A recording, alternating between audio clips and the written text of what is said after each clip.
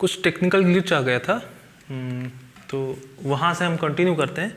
वैसे तो कंप्लीट करा दिया था मैंने उसमें, बट और क्लेरिफाई मैं कर देता हूँ इसमें, ठीक है, तो आप लोगों के लिए और आसान हो जाएगा। हम वहाँ पे बात कर रहे थे कि कैसे कुछ मूल्य या वैल्यूज़ होती हैं जो यूनिवर्सल वैल्यूज़ होती हैं, और वो यूनिवर्सल कैसे बनती हैं, वो इसलिए बनती हैं क्योंकि उन्होंने सभी सिविलाइजेशंस को बेनिफिट दिया होता है, सभी सभ्यताओं को लाभ पहुंचाया हुआ होता है।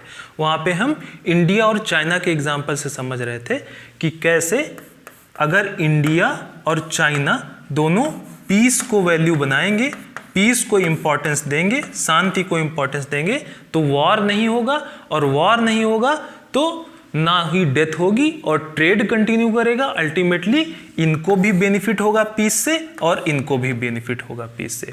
तो क्योंकि इसने दोनों का बेनिफिट किया तो ये दोनों के लिए वैल्यू बन जाएगी। ऐसे ही कोई भी वैल्यू यूनिवर्सल क्यों बनती है, क्योंकि उसने सभी को लाभ पहुंचाया हुआ होता है। ठीक, तो प्रीवियस स्लाइड्स में हमने देखा कि वैल्यू चेंज होती हैं टाइम के साथ, प्लेस के साथ और सिचुएशंस के साथ। इसमें हमने देखा कि कुछ वैल्यूज ऐसी होती हैं जो चेंज नहीं होती हैं, वो यूनिवर्सल होती हैं, सार्वभौमिक होती हैं। ठीक है, वो common to all human beings होती हैं। ठीक है, संपूर्ण मानव जाति उसको इंपॉर्टेंस देती है।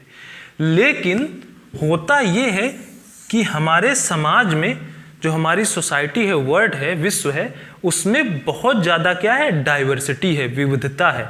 रिलीजियस डाइवर्सिटी है, कल्चरल डाइवर्सिटी है, लिंग्विस्टिक डाइवर्सिटी है। तो क्योंकि इतनी ज़्यादा डाइवर्सिटी है, इतनी ज़्यादा विविधता है, इसलिए ये एक्सपेक्ट करना कि सभी लोग एक ही तरीके की चीज़ों को इम्पोर्टेंस देंगे, ये गलत है।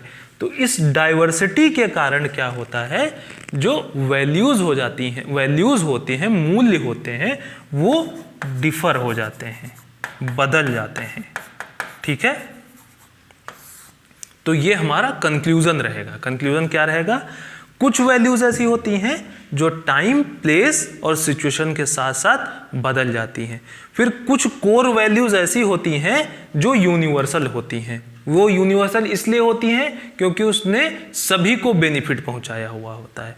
फिर हम बताएंगे कि क्योंकि हमारे विश्व में इतनी ज़्यादा डाइवर्सिटी या बहुलता, विविधता है, रिलीजियस डाइवर्सिटी है, कल्चरल डाइवर्सिटी है, लिंग्विस्टिक डाइवर्सिटी है, इसलिए ये एक्सपेक्ट करना कि सभी वैल्यूज यूनिवर्सल ही होंगी, वो नहीं हो सकता। ठीक है, तो वैल्यूज चेंज भी होती हैं और कुछ कोर वैल्यूज यूनिवर्सल भी होती हैं।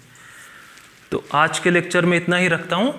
नेक्स्ट लेक्चर में आपके टॉपिक्स में कराऊंगा, नेचर ऑफ वैल्यूज़ में ही आगे कंटिन्यू करूंगा, और फिर आपको डिटर्मिनेंट्स ऑफ एथिक्स में भी ले जाऊंगा मैं। तो आई होप आप लोगों को समझ में आया होगा। Thank you.